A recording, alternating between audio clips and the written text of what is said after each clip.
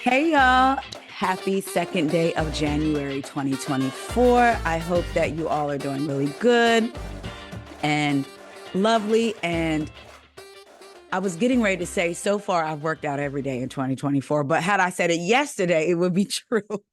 But I have not done my workout for today. But so it was supposed to be a funny little joke, but it really wouldn't be true because I hadn't worked out for today. But anyway, I hope y'all are doing well.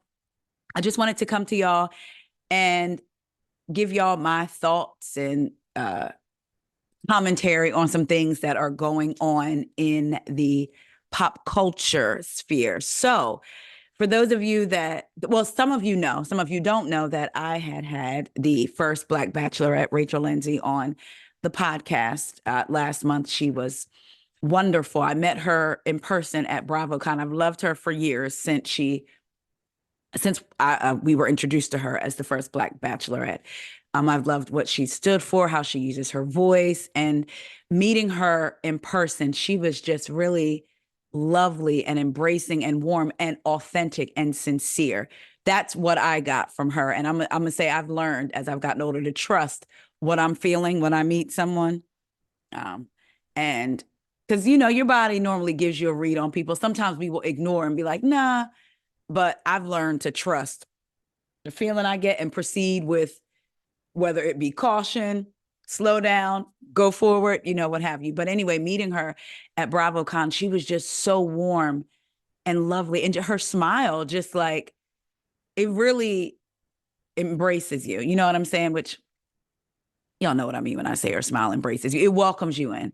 But we just got some news today that was a bit, I was going to say disappointing, but the reality is we don't know these people in real life, right? We don't know their lives. So we don't know what's going on behind the scenes. We don't know if it's disappointing or not. On our end, looking at it, it's, for me, I'm like, wow, it's disappointing because especially if her marriage is something she wanted. So the news that we got is from Page Six, Bachelorette alum Raquel Lindsay's husband, Brian Abasolo, files for divorce. So I say disappointing in that if she wanted her marriage, you know what I mean? Or if it didn't go the way she wanted it to go, it's still disappointing if you had expectations for something different. But the article reads, the Bachelorette alum Raquel Lindsay's husband, Brian Abasolo, has filed for divorce. The chiropractor submitted court documents to end their marriage today, January 2nd, listing their date of separation as December 31st, 2023. Page Six can confirm. So he filed today or submitted court documents to end their marriage, which is filing today, and said their date of separation was December 31st. I'm wondering if he did that because he wanted to start off in the new year a certain way. It says Abasolo, 43, cited irreconcilable differences as the reason for their split and is requesting spousal support. The estranged couple do not share any children. The news comes just a few weeks after Raquel, 38, revealed the pair have been living totally different lives due to their drastically different career paths. She explained on the Vial Files podcast, Nick Vial, I guess that's how you say it, that Brian typically works 12-hour days by himself while she has a lot more free time in her line of work. So we're just in two totally different places, she explained, noting that they have tried working together, but it backfired. You got to protect the marriage, and we just don't work well together. Not every couple can do that. The two met and fell in love on season 13 of The Bachelorette, which aired 2017. They got engaged during the finale, filmed in Spain, and later tied the knot in August 2019 during a gorgeous wedding ceremony in Mexico. Raquel, who made history as the first Black person to lead any iteration of ABC's reality dating franchise. I'm going to pause there for a second, or parenthetically park there for a second. Non-Black people, I hear, or I see, I've seen it in comments, and I've even heard before say, it's 20, whatever. Things are different for Black people. They have the same opportunities. Raquel made history as the first Black person to lead any iteration of ABC's reality dating franchise. Do you know when that was? 2017.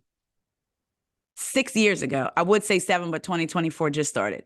6 years ago was the first time in the franchise's how long of a history that a Black person led. And I'm not going to hear anybody say, well, maybe the applicants weren't qualified. Nah, we're not going to do that. We definitely not going to do that. So I just had to throw that in there because, again, like the article says, she made history as the first Black, not first Black bachelorette, first Black person to lead in any iteration of ABC's reality dating franchise. And that was in 2017. Okay, I'll continue. She says, so she was the first Black person to lead any iteration of ABC's reality dating franchise. She spoke about her relationship with Brian during an interview with former fellow bachelorette Caitlin Bristow of Off the Vine podcast. When we came off the show, you feel the pressure of having to show people how we're doing, the TV host said in August, explaining that she and the doctor have kept their romance private in recent years.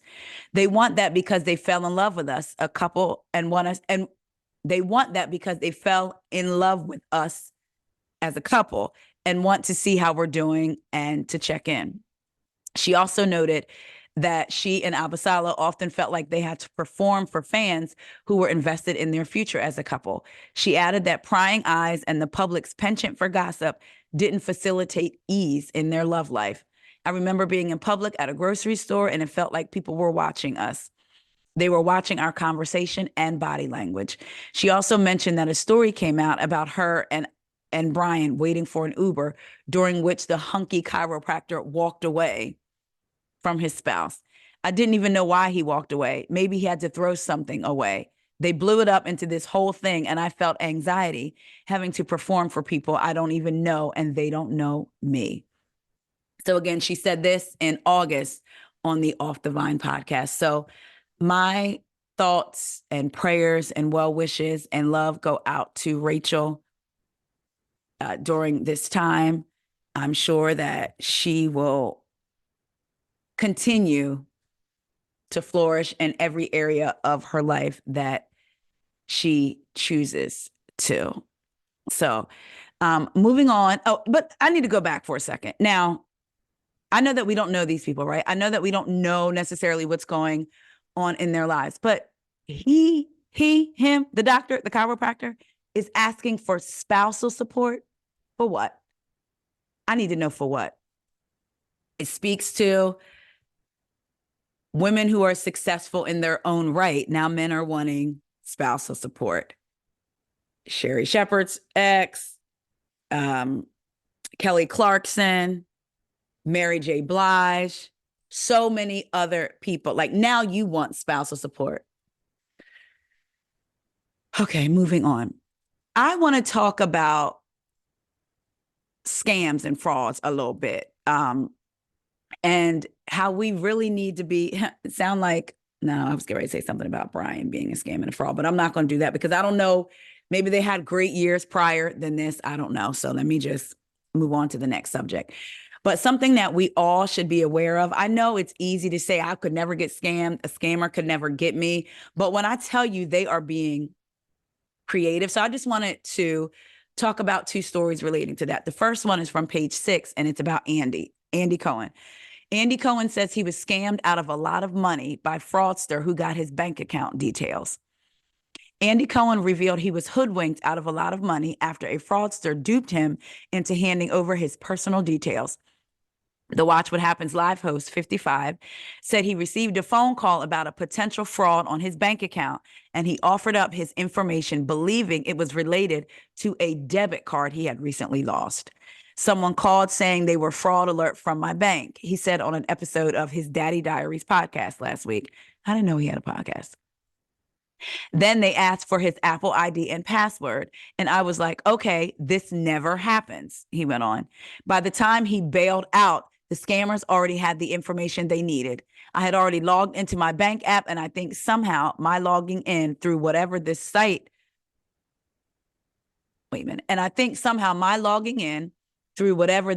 was gave them access to my banking app. So then he said, The New Year's Eve live host also noted that the fraudsters had hacked the caller ID system, so the name of his bank appeared when they dialed him. They were naming credits that I had made, the charges, because they clearly had access to my account. What I should have said is, "Can I call you back?" Or what I should have maybe said is, I'm going to my bank to handle this." Andy was on the phone with the hackers for about an hour and 10 minutes, and later saw these people wired out of 2 accounts that I have a lot of money. They had also scammed Andy unknowingly into setting up call forwarding, so he never received the calls from his bank inquiring about the large sum of transfers. That is wild. So not only did they scam the system so that it made it look like his bank was calling, but they also had already thought far enough ahead, which these are professional scammers clearly, to set up call forwarding, knowing that the bank would call and they could verify them. However, the reality TV honcho is in the process of trying to get his money back. Part of my advice for people is that if something is happening, just go to your bank branch. And when you get emails, look very closely at the email address. It might say your bank's name, but click on the name and then the email address will appear and you'll see that it's some other random address. I know for me, I've gotten ones that, sometimes you get ones and it'll say the bank name, but the logo is kind of off, right? I've got ones where they looked identical. So what I do is hit forward as if I'm going to forward the message, and I look at where the original email came from. Like, wait a minute, this is a different email. So, and I've heard people too. Honestly, I had that happen to me. So I've delivered for Ship, and you know how you say it will never happen to me? Like, I know better, right? I know better. My son does DoorDash at school and they almost got him.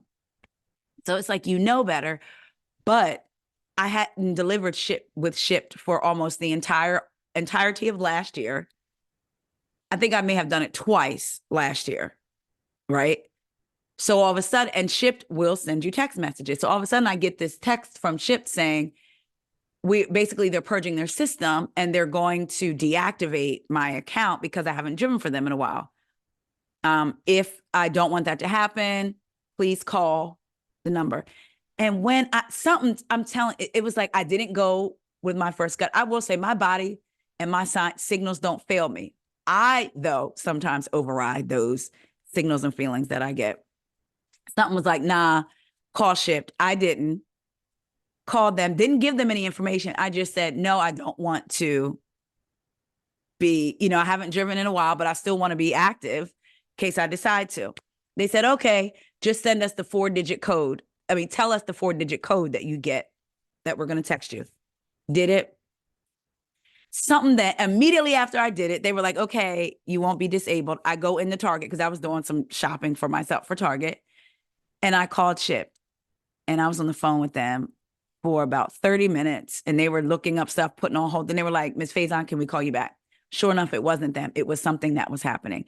And by the time I went to log in to my driver app, my delivery app, they had locked me out. Thank goodness I didn't have any money. Thank goodness I hadn't been doing deliveries. Because what they'll do to gig drivers like Uber, Lyft, DoorDash, whatever you can think of like that, they will say, for me, for Ship, they said, hey, you haven't driven in a while, which clearly you think, well, somebody must know. Like, how would they know that unless they had access to something, right? For DoorDash, what they did to my son, they called him and was like, hey, I'm paraphrasing, but basically, you've done a lot of deliveries. We want to give you this bonus. And they were able to tell him the deliveries that he had done prior, I believe, and the delivery that he was getting ready to do. They had information. It just so happened, I promise y'all, literally like days before, I had read an article about that very thing and was like, oh, wow, that's wild. Didn't think anything of it. So now here we are. My son was like, this happened. And then he was like, I think that it was a scam, but it came from the DoorDash number and everything. He went to go log in. So I said, I told him log in and log out, but don't cash any money out that you have. He logged out, could not get back in. So he had to call. So he ended up calling DoorDash, and sure enough, it was a scam. But because he hadn't cashed out, his money, they were able to change his password and stuff for him so he could go in, make sure the bank account information was his, and they didn't get to take his money. But what they'll do is they'll get this information from you, however they do, and you're driving, collecting money, making money, making money. And then when you go to cash out, it goes to whatever account they've put in. So just any gig workers out there that are doing this, please be very careful. And people with bank accounts and credit cards, I tell my kids, don't feel weird if somebody calls you and is asking you for information and you're like, let me call you back. Because when my husband and I got our truck last year, they called my husband and asked him, did he want to set up all this stuff like online? And he was like, let me call you back. And the lady was like, okay, totally fine. Here's my number, my extension. Hers was legit, but hey, you can never be too careful. And when they get pissed off, if you ask them, that's how you know it's a scam. So just be very, very, very careful. Speaking of, so I wanted to read that story because that happened to Andy. As I was looking at that story, I came across another story that I was like, oh my gosh.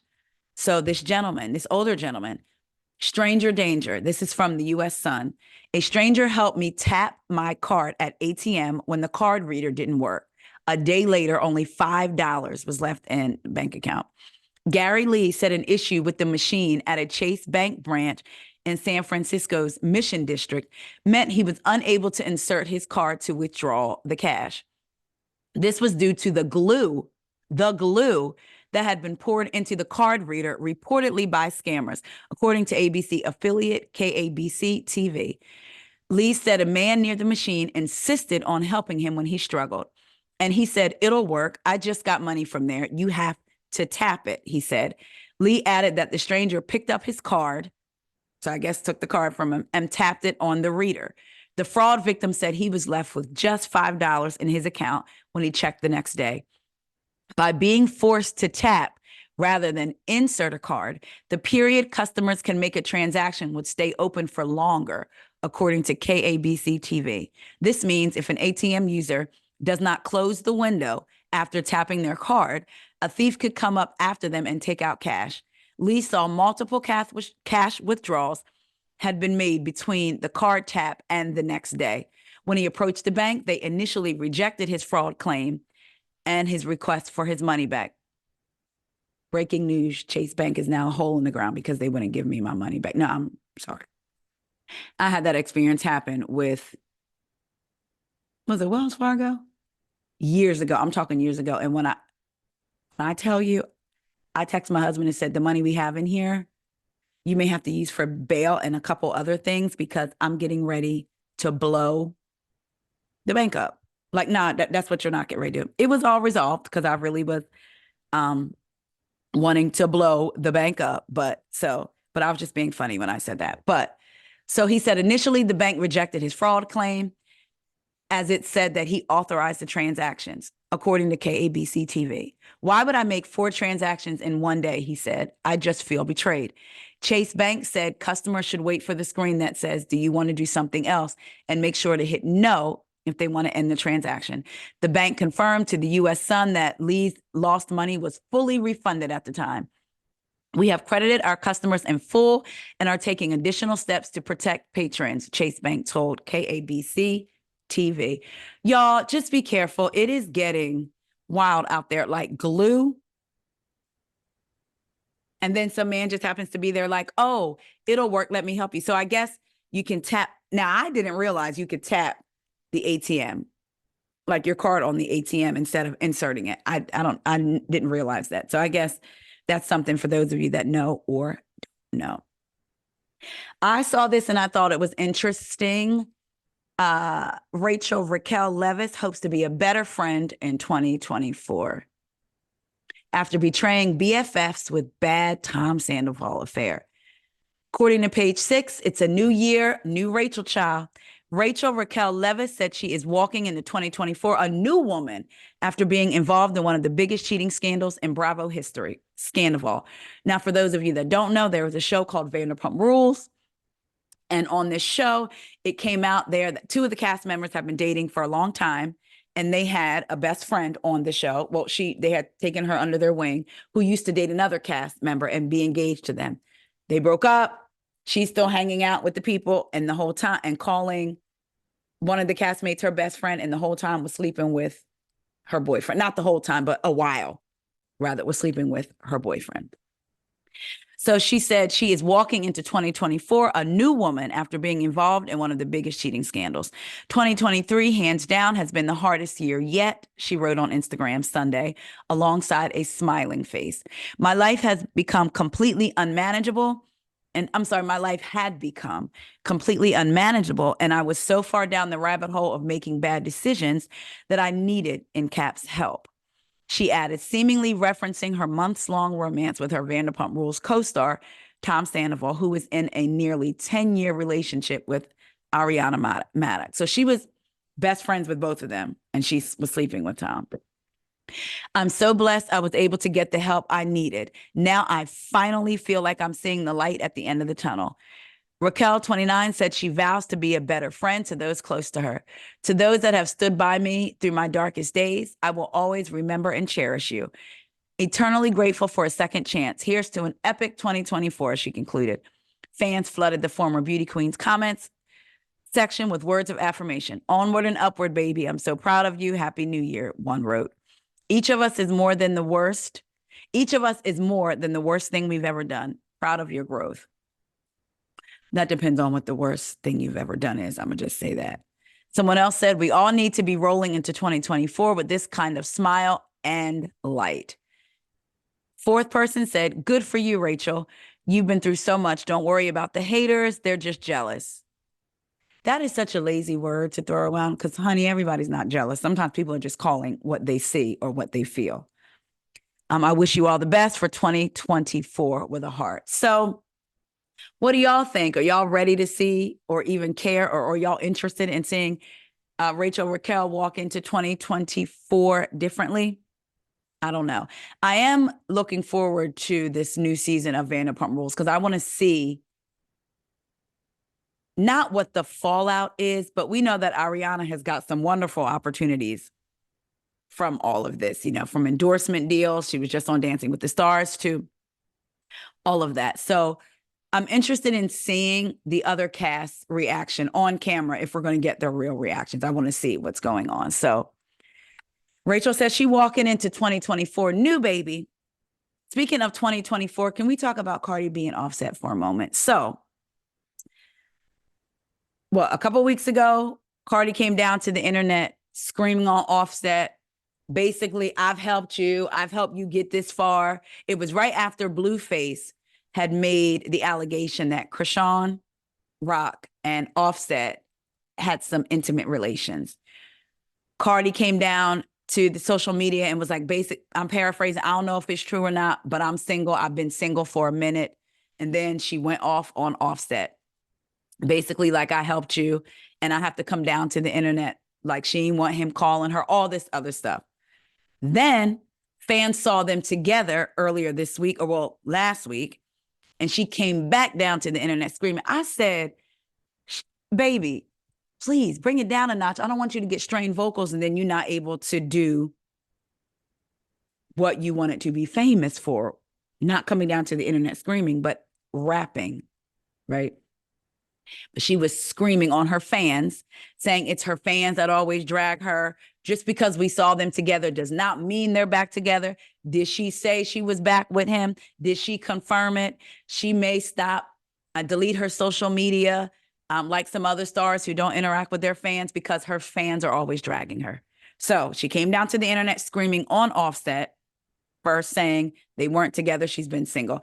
Then she came down to the internet screaming on fans because fans were like, oh, they must be back together. Well, she has now revealed, according to Page Six, that she and Offset had sex after celebrating New Year's Eve together. No, doesn't mean they're together. No.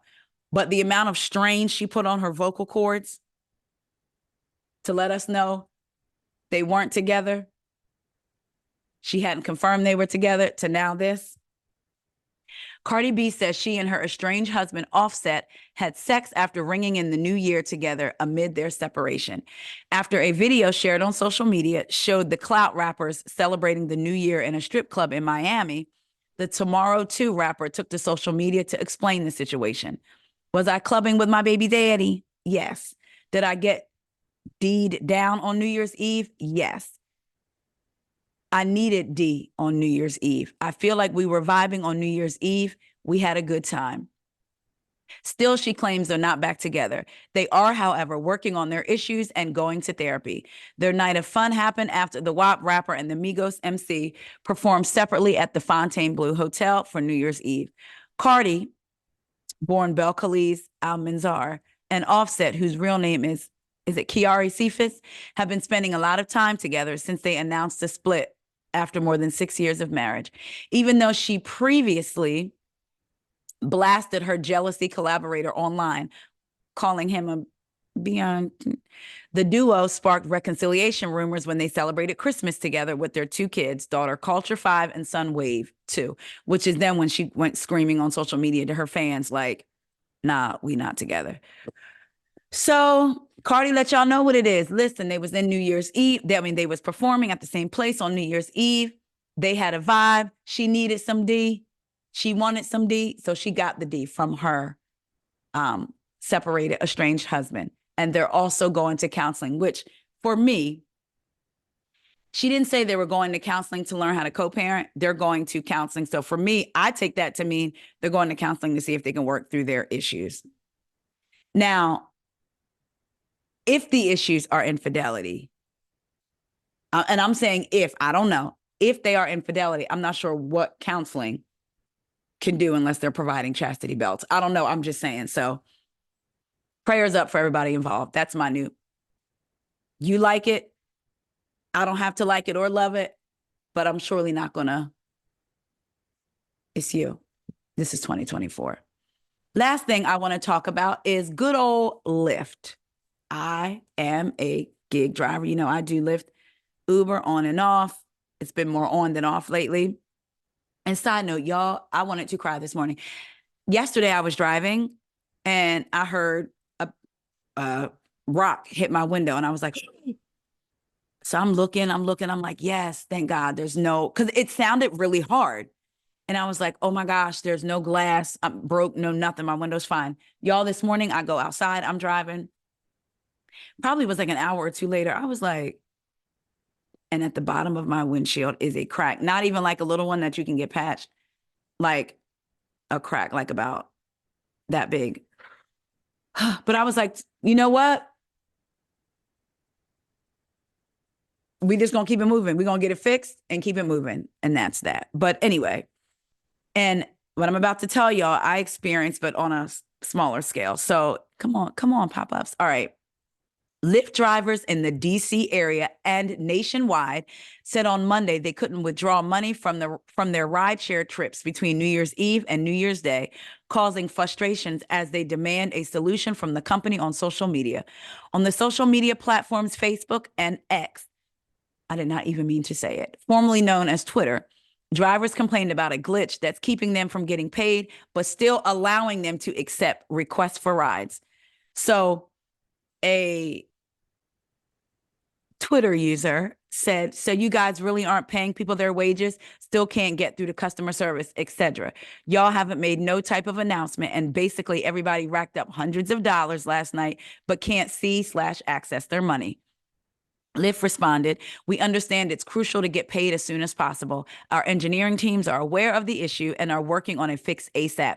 If you have any specific concerns relating to your account or your pay, please feel free to send us a DM. One Lyft driver told 7 News they were frustrated that they couldn't pay rent because they couldn't withdraw money from their account. He also told 7 News that many were promised a bonus for I did hear some Lyft drivers do that with their passengers. I am not one. Anyway, that same driver also told 7 News that they were promised a bonus for driving during New Year's Eve and that many others plan to stop driving for the company until the issue is fixed. Lyft responded to 7 News saying, We are aware of an issue impacting some drivers. Our team has been working quickly to resolve it as soon as possible so that drivers see and receive their correct earnings. Let me tell y'all something. There was a bonus. You'll get offered ride challenges, rather. Do X amount of rides, get all this money, whatever, right? And there's different tiers. They offered me one over the weekend. I took it, and it was going to start on Monday. I don't drive at night because I'm a woman, and I don't even know if I was a male, I would drive at night. I just don't really want to deal with like late night driving and all that. And I definitely wasn't driving New Year's Eve night or early New Year's Eve morning. I used to get up at like, back when I first started in 2017, I would get up at, I'm an early bird. So I would get up at like 4 a.m. and head out because I wanted to get the people on their way to work and make my money and be done. So yesterday I was like, all right, so let's say they're offering X amount of rides for X amount of dollars. I'll break it down by the 4 days they give you to do this bonus. And boom, turned on my app, did a ride. And I noticed that when it went to pay, because I'll click to see what the pay is, it was still showing 0 and it was buffering.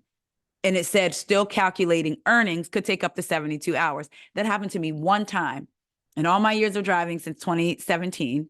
That happened one time, right? And it was resolved within minutes. My pay came up for that ride. Okay, did another ride. Same thing. I sent a screenshot to my husband, like, look at this. They're not even putting out, you know, the money or whatever, like, what is going on? So I see that. And he was like, that's ridiculous. I was like, I know. All day long, I'm still not seeing my earnings pop up. And I said, first, the buffering was so long, it was ridiculous. Finally, after it stopped buffering, I could see my earnings, but I said, let me just click cash out. It was showing 0. I said to myself, I'm done with Lyft for today. I ain't driving for Lyft. If I can't access my money immediately, I'm not driving for Lyft. So I switched on my Uber app, right? So later on, I was like, nah, this ain't, even though I only did 2 rides, I don't care if it's $2. I need to see my money. So I took a screenshot, customer service through the chat. Nobody was getting back to me in the chat. Like hours went by. And then I'm seeing that people were going online because I hadn't had a chance. Because listen, I take the social media in a heartbeat with businesses. I'm trying to resolve it. I had to do that with Verizon. We're trying to resolve it. Oh, y'all don't want to get back? Boom. Then all of a sudden you get responses, right? And I ain't gonna lie, that's how Lyft works. At least with Uber, you can call or they'll call you. They give you an option, but you got to jump through. You got to know where to go to in your driver app to be able to get to somebody. So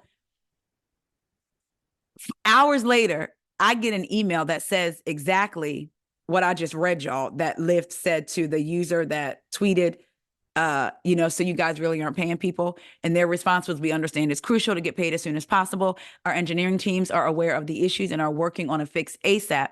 If you have any specific concerns relating to your account or your pay, please feel free to send us a DM. I got that email later. And that's my issue with Lyft. It's like drivers have to make so much noise or it has to become public for them to give you an explanation. If y'all knew from the jump early in the day, this is what's going on, everybody should have got an email right then, but y'all still wanted people to drive for y'all. So y'all didn't do that. So that's why for me, some people will let their money sit. They'll drive 4 days, let their money sit in the account, and then they'll cash it out. Lyft charges a fee every time you cash out.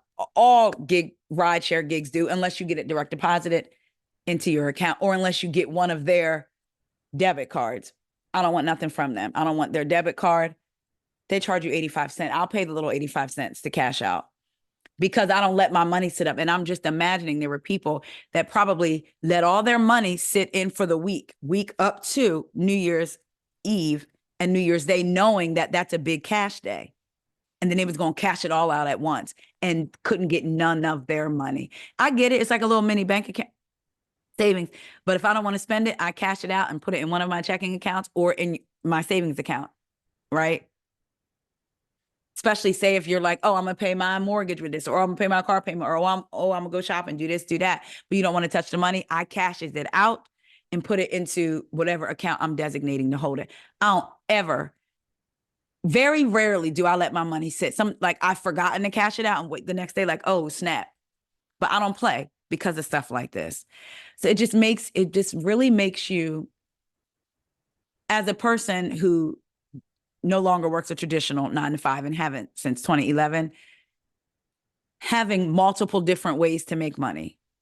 It's really critical in this time, because if your one gets jammed up, like what if there were people that woke up yesterday morning, didn't have any money, and was like, I know I'm gonna go out, bang out some rides and make a whole lot of money, and then I'll have money. What if they were counting on cashing their money out to feed their family later that evening? You don't know people's financial situations. And now they don't have access to their money. I don't want to hear about no computer glitch. I don't want to hear about any, especially like I said, because Lyft doesn't get on top of things like that. You got to reach out to them, and then they will ignore you until it gets too big for them to handle. So for all the drivers out there, I hope that everything got resolved for you. I hope that you got your money, and I hope and pray that this never happens again. But like I said, for me, it's a reminder to make sure to have, as I'm trying to get my podcast and YouTube and all of that off the ground, even more so a reminder to diversify your funds. Y'all, thank you so much for watching this video. I love y'all so much, and I will be talking to y'all later. Bye.